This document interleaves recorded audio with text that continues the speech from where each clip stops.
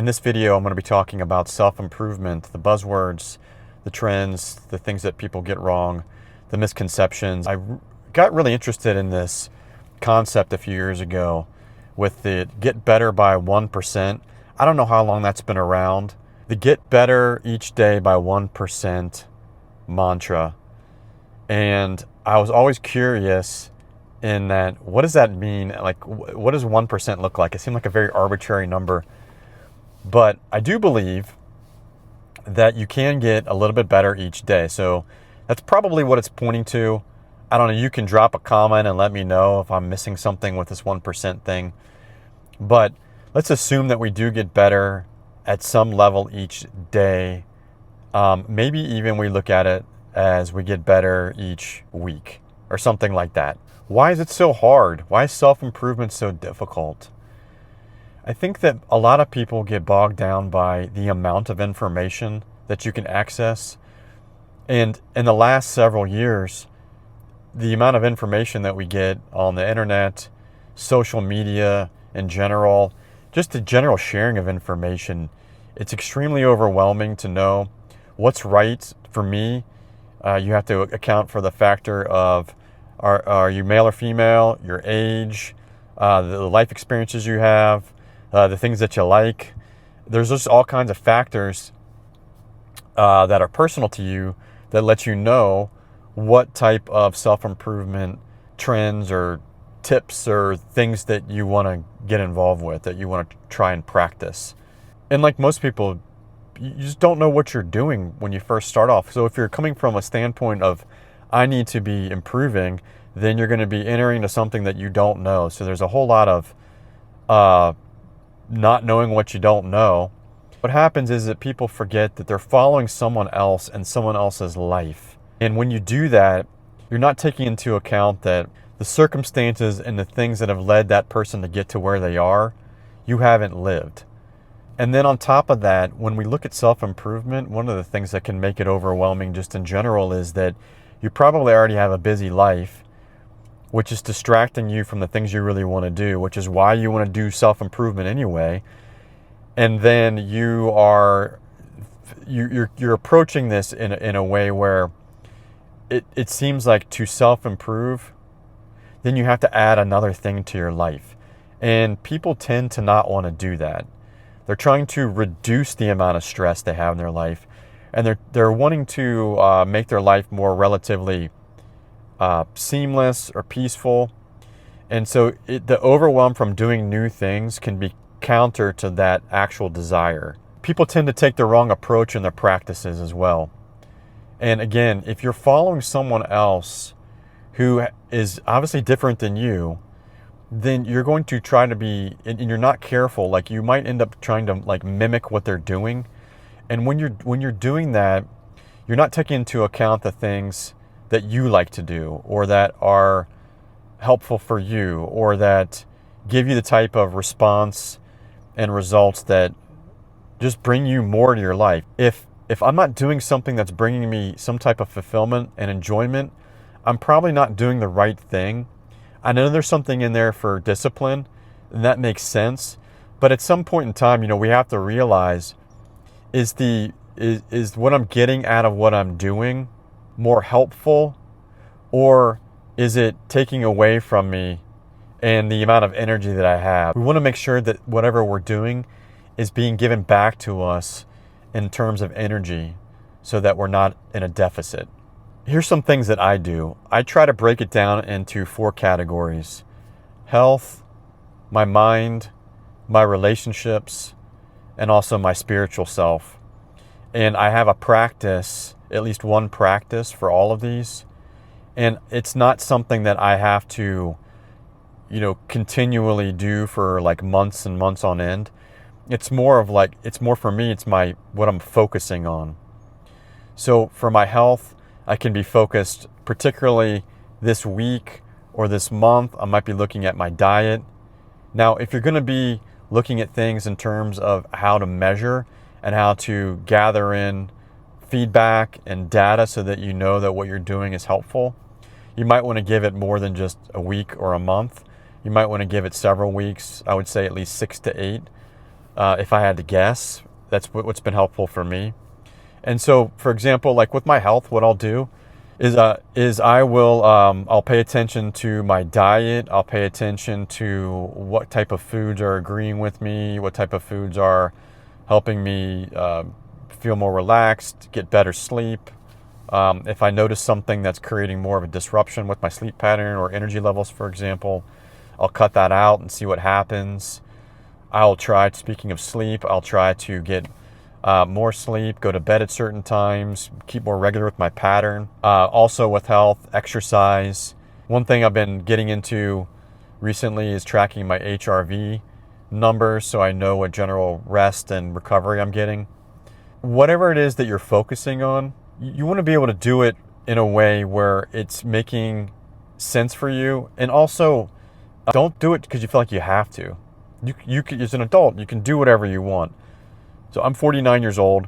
There's certain things that I focus on now that I didn't when I was in my 20s. I barely focused on any of this. But when I was in my 30s especially, I started to pay attention as I got further into adulthood. But these things have changed. So now, and by the way, I mean, I'm no expert at this at all, but I like to be able to challenge myself, and I like to see that the things that I'm doing are providing positive results, so that helps me build up positive momentum. So if I'm developing a new habit, and I'm feeling good, the feeling good is the best way to keep doing it. So health is one. And then for my mind or my psychology, just general well-being, mental health, I like to read. I like to follow podcasts. I like to spend a lot of time on YouTube watching certain creators. I would also include business in this category here. So I have projects that I'm working on in my business that I use as the medium of practice to work on some of my psychological shortcomings, self-talk, insecurities, and things like that. So not only am I working on my mind, but also it's through a creative venture through my business, which is helpful for me, and I enjoy it.